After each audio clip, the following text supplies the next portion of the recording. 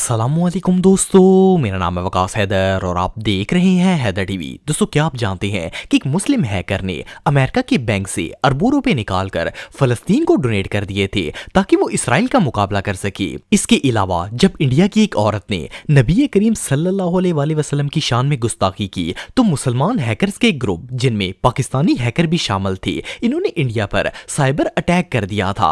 आज की इस वीडियो में मैं आपको दुनिया के सबसे बड़े मुस्लिम हैकर्स के बारे में बताने जा रहा हूं। तो शुरू करते हैं अपना काउंटडाउन।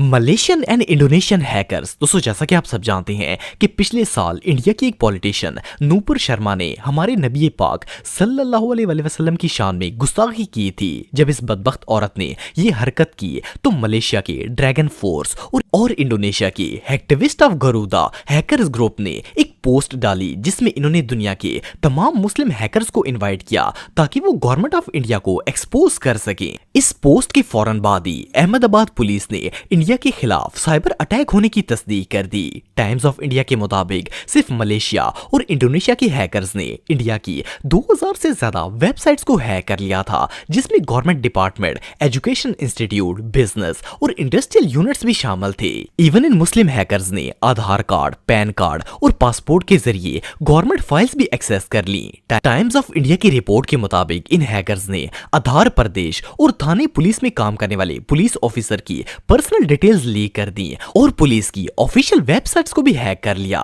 नूपुर शर्मा की वजह से इंडिया का साइबर क्राइम डिपार्टमेंट अजाब में पड़ गया था। इंडिया की गवर्नमेंट ने उन दोनों ममालिक की गवर्नमेंट से रिक्वेस्ट की और इनका एक्सेस लेकर इन हैकर्स के फैलाए हुए बग्स को रिकवर करने की कोशिश स्टार्ट कर दी। एक्सपर्ट्स के मुताबिक इन हैकर्स ने एक कोड इंजेक्शन टेक्निक का इस्तेमाल किया, जिससे इन्होंने वेबसाइट्स के एडमिन पैनल पे टेक ओवर किया और सेंसिटिव इंफॉर्मेशन हासिल करके डेटाबेस को डिस्ट्रॉय कर दिया।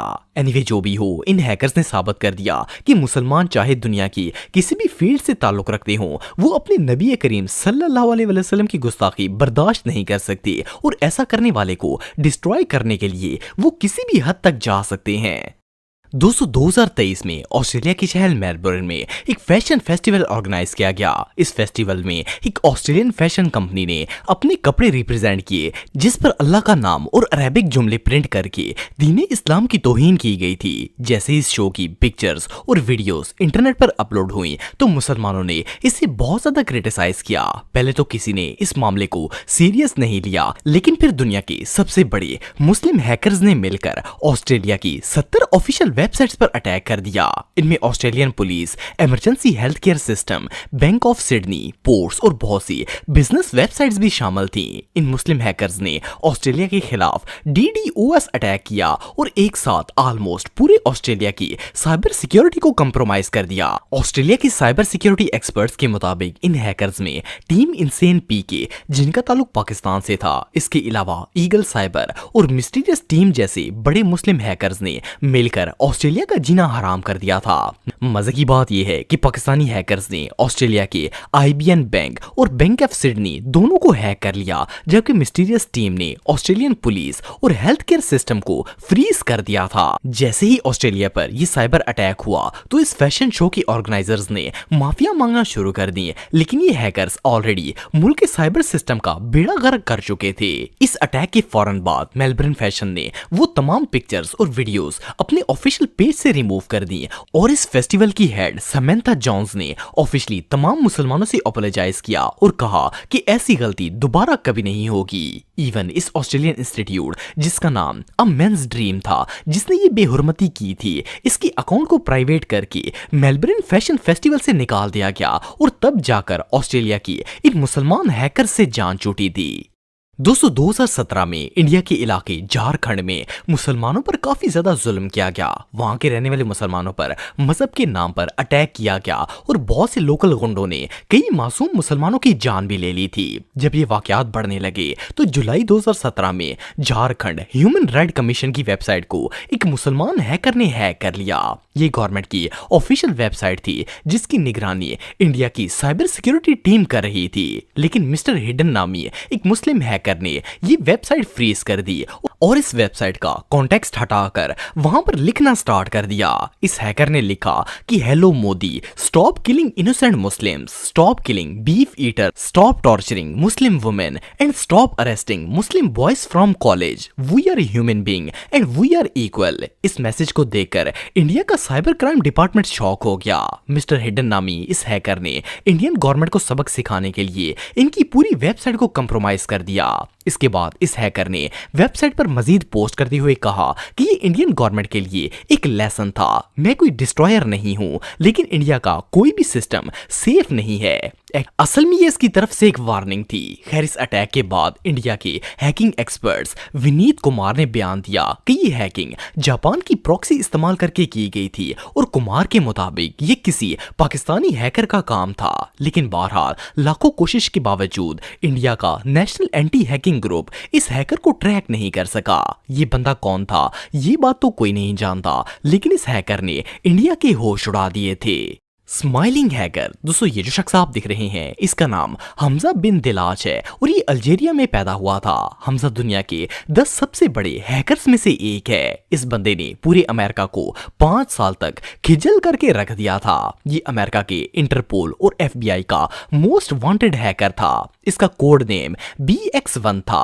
आप बिलीव नहीं करेंगे कि इस बंदे ने अमेरिका और यूरोप के 217 बैंक्स को हैक किया और इनमें से ऑलमोस्ट $1 बिलियन निकाल लिए। असल में इसने एक कंप्यूटर वायरस बनाया था जिसका नाम स्पाई आई बॉटनेट था। FBI के मुताबिक इस वायरस ने वर्ल्ड वाइड 60 लाख कंप्यूटर्स को डैमेज किया। मजे की बात यह है कि पूरे अमेरिका की इंटेलिजेंस 5 साल तक इसे ढूंढती रही, लेकिन ये हैकर इतना प्रो था कि वो लोग इसके साए तक भी नहीं पहुंच सके। आपको जानकर हैरानगी होगी कि हमजा ने अमेरिका से ये सारा पैसा इसलिए निकाला था ताकि वो फलस्तीन और अफ्रीका के मुस्लिम ममालिक की मदद कर सके। ये हैकर सालों तक अमेरिका के बैंक से पैसे निकालकर अफ्रीका और फलस्तीन की NGOs में ट्रांसफर करता रहा। हमजा ज्यादातर फलस्तीन के उन इदारों को पैसा डोनेट करता जो कि इसराइल से मुकाबला करने के लिए काम करते थे। इंटेलिजेंस के मुताबिक इसने फलस्तीन को तकरीबन $280 मिलियन डोनेट किए थे ताकि वो इसराइल का मुकाबला कर सकें। अनफॉर्चुनेटली 2013 में FBI ने थाईलैंड पुलिस के साथ मिलकर इसे बैंकॉक में अरेस्ट कर लिया था। जब हमजा को अरेस्ट किया गया तो इन्होंने खुशी खुशी अपने आप को पुलिस के हवाले कर दिया। इवन इंटरनेट पर इनकी जितनी भी पिक्चर्स मौजूद हैं उन सब में ये मुस्कुरा रहे हैं, इसीलिए इन्हें स्माइलिंग हैकर के नाम से जाना जाता है। इन्हें साइबर क्राइम के लिए 15 साल की सजा सुनाई गई और ये अभी भी अमेरिका की जेल में कैद हैं। बहरहाल जो भी हो, ये दुनिया के सबसे माइंड ब्लोइंग हैकर्स में से एक हैं। राफे बलोच, दोस्तों राफे बलोच पाकिस्तान के सबसे बड़े एथिकल हैकर हैं। इनका ताल्लुक इस्लामाबाद से है। आपको जानकर हैरानगी होगी कि इन्होंने गूगल, फेसबुक और माइक्रोसॉफ्ट जैसी बड़ी कंपनीज के ऑपरेटिंग सिस्टम्स में से सैकड़ों बग्स को आइडेंटिफाई किया है। इवन 2012 में ये दुनिया की सबसे सिक्योर पेमेंट वेबसाइट पेपाल के बैकडोर से इनके सिस्टम में एंटर हुए और इनके सिस्टम का एक्सेस हासिल कर लिया। इनकी इस महारत से पेपाल के डेवलपर्स इतने शॉक हुए कि इन्होंने ना सिर्फ इस बग को फाइंड करने के लिए राफे को $10,000 का इनाम दिया, बल्कि इन्हें पेपाल में ऐसे साइबर सिक्योरिटी एक्सपर्ट जॉब करने की भी ऑफर दी। सिर्फ इतना ही नहीं, बल्कि राफे इतने पॉपुलर एथिकल हैकर हैं कि इसराइल ने इन्हें टॉप 5 हैकर्स की लिस्ट में शामिल किया है और इवन अमेरिका ने भी इन्हें दुनिया के 15 सबसे टैलेंटेड हैकर्स की लिस्ट में शुमार किया है। रिसेंटली जब इंडिया की पॉलिटिशियन ने हमारे नबी करीम सल्लल्लाहु अलैहि वसल्लम की शान में गुस्ताखी की, तो इसके कुछ ही दिन बाद इंडिया के एक फेमस न्यूज चैनल जिस पर ये न्यूज नशर की जा रही थी, इस पूरे चैनल को एक पाकिस्तानी हैकर ने हैक कर लिया और इस ब्रॉडकास्टिंग की जगह पाकिस्तानी फ्लैग लगाकर रसूलुल्लाह की नात चला दी। 7 मिनटों तक इंडिया का ये बड़ा चैनल हैक रहा और इस पर हजूर पाक सल्लल्लाहु अलैहि वसल्लम की नात चलती रही। सोशल मीडिया के मुताबिक इंडिया के इस न्यूज चैनल को राफे बलोच ने हैक किया था, पर ऑफिशियली राफे ने इस बात की कोई तस्दीक नहीं की। बहरहाल लोग इस हैकिंग का क्रेडिट राफे को ही देते हैं। तो दोस्तों आज के लिए बस इतना ही। उम्मीद आपको वीडियो पसंद आई होगी। अगर आप मुझे इंस्टाग्राम पे फॉलो करना चाहते हैं तो दी हैदर टीवी पे आप मुझे फॉलो कर सकते हैं। मिलता हूं आपसे नेक्स्ट वीडियो में, तब तक के लिए अल्लाह हाफिज।